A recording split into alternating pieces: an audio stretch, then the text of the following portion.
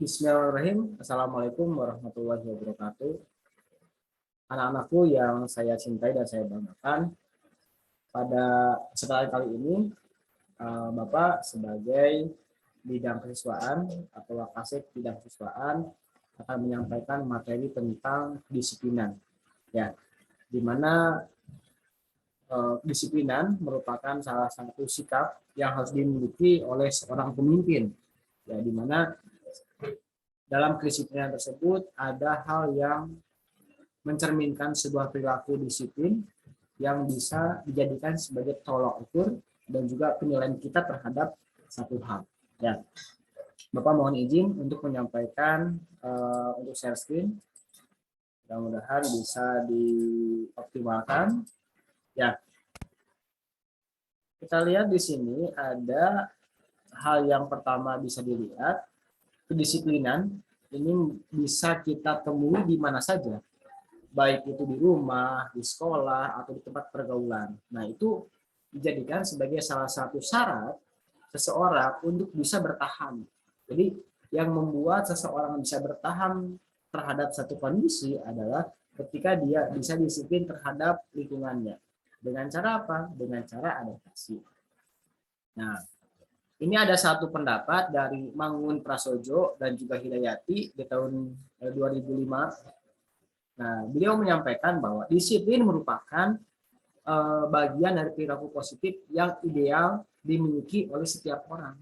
Nah, jadi sebenarnya disiplin ini merupakan hakikat atau bisa dikatakan fitrah seorang manusia di mana sikap positifnya. Jadi manusia bisa dikatakan sebagai makhluk yang ideal, di mana di sana ada nilai, ada norma, dan juga ada etika, simpati. Nah, itu yang memang menjadikan manusia bisa berperilaku positif. Nah, ideal ini yang dimaksud dengan ideal adalah di mana seseorang bisa hidup sesuai dengan apa yang menjadi kebutuhan di lingkungannya. Ya, jadi idealnya siswa antara ideal siswa di SMA PGI 1 dengan siswa di SMA lain itu akan berbeda.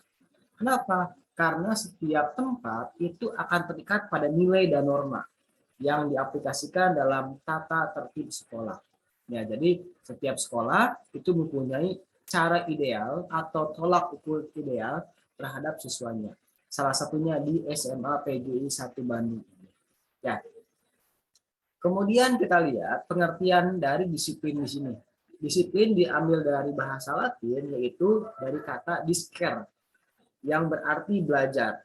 Nah, dari discere di sini kemudian timbul kata disiplina. Disiplina yang berarti pengajaran atau pelatihan. Jadi sebenarnya yang dimaksud dengan disiplin adalah bagaimana kita belajar, bagaimana kita mengajarkan kepada orang untuk memahami terhadap kondisi yang ada. Jadi disiplin ini merupakan kondisi di mana kita akan terus mengalami sebuah pengajaran ataupun pembelajaran. Ya, Bapak di sini sebagai guru, Bapak sebagai guru ini bisa dikatakan salah satu cara supaya Bapak bisa bertahan terhadap profesi Bapak dengan cara apa? Dengan cara disiplin. Ya, kalian pun sebagai siswa bagaimana supaya bisa bertahan dan juga bisa mengembangkan diri, mengembangkan inovasi dalam diri kalian? Ya salah satunya dengan cara apa? Dengan cara disiplin. Disiplin dengan cara apa? Dengan cara belajar. Nah, dari pengertian disiplin di sini kita bisa melihat ada dua arti atau ada dua maksud disiplin. Ada yang pertama dengan ada yang kedua. Nah, saya clearkan dulu. Ini warna merah saja ya. Nah, yang pertama disiplin. Kemudian kita lihat ada dua pengertian disiplin di sini. Pertama, disiplin diartikan sebagai kepatuhan terhadap peraturan atau juga tunduk terhadap pengawasan. Jadi, disiplin yang pertama mengharapkan kepada kita untuk patuh terhadap peraturan. Ya, jadi disiplinnya mau disiplin di tempat kerja, mau disiplin di sekolah, di rumah, di tempat bermain, asal apa? Asal kita taat terhadap peraturan. Ya, contoh lain seperti umpamanya kita memainkan sebuah permainan game online. Anggap saja yang umum biasa apa ya dimainkan oleh orang oleh kebanyakan. Contoh umpamanya Mobile Legend. Di dalam Mobile Legend itu ada peraturan. Nah, bagaimana caranya supaya kita bertahan? Bagaimana supaya kita bisa dikatakan berhasil? Ya harus tunduk terhadap peraturan. Kalau seandainya kita tidak tunduk terhadap peraturan, kemudian kita mau menang sendiri, tidak bisa. Kenapa? Karena sebuah sistem itu sudah mengarahkan kita untuk patuh dan juga tunduk terhadap peraturan yang ada. Ya. Kedua, disiplin sebagai latihan yang bertujuan mengembangkan diri agar dapat berperilaku tertib. Jadi sebenarnya disiplin itu bukan berarti mengengkang, tetapi disiplin di sini artinya bisa mengembangkan diri, dapat berperilaku tertib. Jadi artinya bahwa mau dimanapun kalian berada, mau dengan siapapun kalian berada, sifat disiplin tetap harus ditanamkan. Untuk apa? Untuk bisa mengembangkan diri kita. Ya, kita lanjutkan. Nah, kemudian ada pengertian lain dari disiplin. Disiplin merupakan sikap mental yang tercermin dalam perbuatan tingkah laku perorangan. Nah, ini yang menjadi perhatian kita. Disiplin merupakan sikap mental. Nah, ini sikap mental yang tercermin dari perbuatan tingkah laku. Nah, jadi dari mana kita tahu bahwa seseorang itu berperilaku disiplin atau tidak? Dari perilakunya. Ya. Jadi perilakunya seperti apa?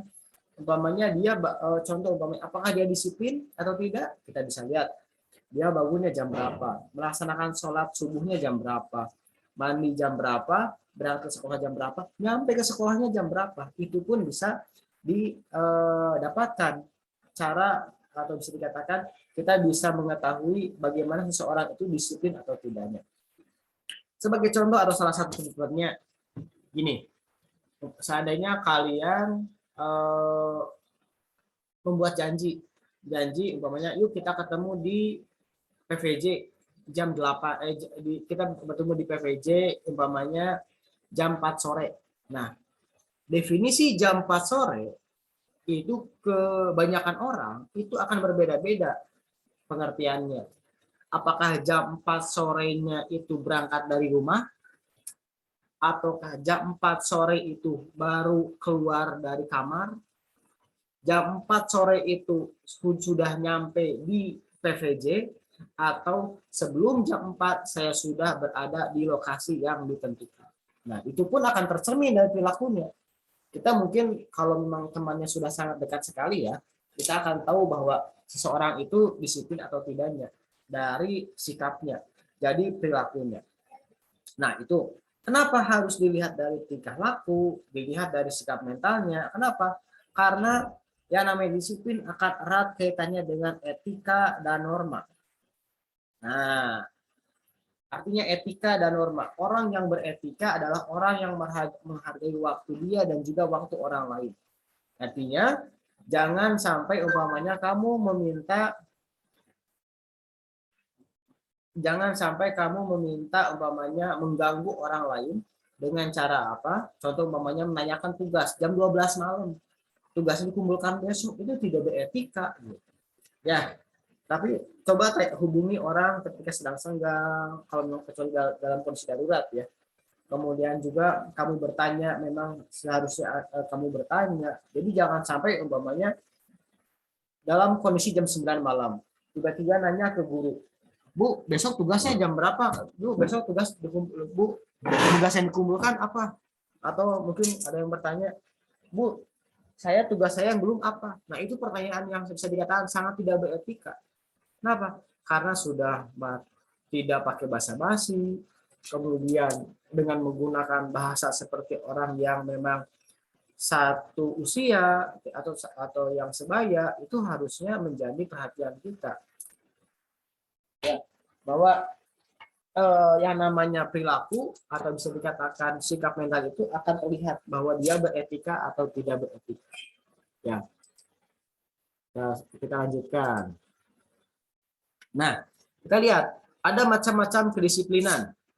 Ada macam-macam kedisiplinan yang bisa kita aplikasikan dalam kehidupan sehari-hari. Yang pertama, disiplin menggunakan waktu. Nih, satu-satunya kekuasaan Allah yang tidak dibagi kepada makhluk lainnya adalah waktu. Kalau kita ingin terbang, kita bisa menggunakan pesawat terbang. Kalau kita ingin berlari sekencang mungkin, kita bisa menggunakan kendaraan bermotor. Kalau kita ingin menyelami lautan, kita bisa menggunakan kapal selam. Atau juga kita ingin menyeberangi satu pulau ke pulau yang lain dengan menggunakan kapal pesiar, kita bisa menggunakan kapal pesiar. Ya, itu yang dikatakan sebagai kemampuan seseorang. Tetapi yang namanya waktu itu tidak bisa digantikan dan juga tidak bisa diubah. Bahkan dihentikan pun tidak bisa. 1 detik pun kita tidak bisa menghentikan. Kita bisa membeli jam tangan atau kita bisa membeli jam, tetapi kita tidak bisa membeli waktu. Ya, artinya jam ini bukan untuk mengatur waktu, bukan, tetapi untuk mengetahui waktunya. Kenapa? Karena yang namanya waktu itu tidak bisa diatur oleh kita kecuali kita bisa memanage kerja kita terhadap waktu yang telah disediakan. Ya. Kemudian disiplin dalam beribadah.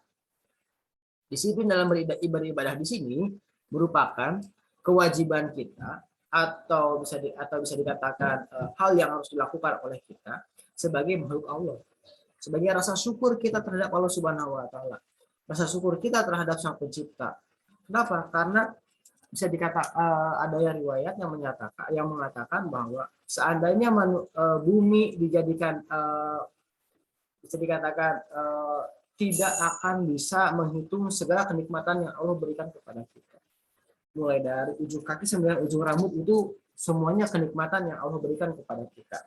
Jadi akhirnya jadi kita harus seperti apa? Jadi kita harus berdisiplin terhadap cara ibadah kita, kemudian juga memaksimalkan ibadah kita. Nah, itu yang memang bisa kita dalami, bisa kita lakukan setiap harinya. Dalam satu hari, umpamanya di sini, kalau seandainya Allah bisa mengampuni dosa kita berdasarkan pada ibadah kita, sepertinya itu sangat kurang. Contoh, sholat saja satu hari kita hanya melaksanakan kalau kita hanya mengandalkan sholat itu satu hari mungkin hanya dilakukan 5 menit satu kali waktu. 5 menit dikali 5 hanya 25 menit. Masa kita berharap kepada ibadah yang hanya 25 menit kan gitu kan ya. Kalau seandainya sedangkan umpamanya usia kita dalam 24 jam, berarti 24 jam, tidak 1 jam acan, tidak lebih dari 1 jam kita untuk beribadah, terutama dalam sholat, gitu kan ya. Sedangkan Allah memberikan waktu sebanyak 24 jam. Kemudian kalau kita hanya mengharapkan dari puasa kita yang paling maksimal berapa lama dalam 1 tahun? Paling dalam 1 tahun itu hanya 10%-nya, yaitu hanya 30 hari. Ya, sedangkan Allah memberikan 365 hari untuk kita hidup, untuk bebas makan apa saja. Kalau seandainya kita mengharapkannya dari sedekah atau zakat dalam 1 tahun paling kita 1 kali, itu zakat fitrah, kecuali barangkali ada yang melaksanakan zakat seperti zakat penghasilan, makanya dari uang yang kamu miliki itu ada 2,5% uang yang menjadi hak orang lain. Hampir sama seperti kita makan permen. Ya. Nah, makan permen. Umpamanya saya makan permen di sini. Umpamanya makan kelihatan tidak? Nah, pokoknya makan permen nih. Bukan berarti Bapak mau ini ya, mau promo ya, bukan. Nah, ini permen. Nah, permen yang Bapak makan, yang Bapak makan di sini ada 2,5%. Itu apanya? Bungkusnya. Nah, bungkusnya ini adalah orang lain. Seperti itu. Ya. Kemudian kalau kita mengandalkan dari naik haji. Nah, apalagi naik haji ini bisa dikatakan sekarang orang udah susah untuk naik haji, gitu kan ya. Bahkan umpamanya sunahnya itu hanya satu kali dalam seumur hidup. Kita mau mengandalkan ibadah itu ya agak gimana gitu kan. Jadi artinya apa? Kita terus berikhtiar melaksanakan ibadah, melaksanakan sholat, melaksanakan hal yang memang tujuannya untuk beribadah, untuk meningkatkan kualitas keimanan kita. Kemudian yang ketiga adalah disiplin di masyarakat. Kamu bisa dikatakan ketika kamu pulang dari sekolah itu kalian menjadi bagian dari masyarakat. Artinya kamu tidak bisa hidup seenaknya sesuai dengan keinginan kamu. Kenapa? Karena ketika kamu melanggar peraturan yang ada di masyarakat, maka hukum masyarakat pun atau hukum wilayah sekitar pun akan berlaku. Jadi minimalnya menyapa, kemudian membantu kesananya ada tetangga yang sedang kesusahan, gitu kan ya. Kemudian yang keempatnya yaitu disiplin dalam berbangsa dan bernegara. Kamu sebagai warga masyarakat, sebagai warga negara itu wajib untuk disiplin. Minimalnya kamu dalam aplikasi kehidupan sehari-hari saja. Pokoknya kamu sudah bisa menggunakan motor, tetapi kamu belum punya SIM, ya sebaiknya jangan. Kenapa? Karena dalam SIM itu dalam kendaraan bermotor itu ada peraturan yang diterapkan oleh pemerintah berupa penggunaan standar kendaraan, umpamanya ada spion, ada spion, lampunya, plat nomor, kemudian knalpot. Kenapa? Karena itu menjadi bagian dari peraturan pemerintah. Kemudian apalagi? Kemudian ketika kita harus mempunyai SIM. Nah, surat izin mengemudi kalau belum punya SIM ya jangan diizinkan gitu kan ya. Tapi kan mungkin karena kita melihat kondisi satu lain hal sehingga banyak orang yang menggunakan kendaraan bermotor. Ya. Nah, itu materi yang bisa Bapak sampaikan. Bapak ucapkan terima kasih. Mudah-mudahan materi yang Bapak sampaikan bisa bermanfaat. Kemudian bisa kita jadikan sebagai bahan evaluasi kita bahwa kita terus istiqomah untuk melakukan kebaikan setiap harinya, walaupun kebaikan tersebut hanya 1%. Dikirakan dalam diri kamu kebaikan satu hari 1%, berarti dalam 1 bulan kamu sudah progres perbaikan kamu sebanyak 30%. Kemudian kalau seandainya nanti tahun yang akan datang, progres kamu, kebaikan kamu sebanyak 365% dibandingkan dengan tahun sebelumnya. Dengan syaratnya apa? Dengan syarat kamu istiqomah selalu berbuat baik untuk diri maupun orang lain. Saya ucapkan terima kasih. Mohon maaf bila ada kekurangan. Barakallahu li wa lakum. Assalamualaikum warahmatullahi wabarakatuh. Terima kasih.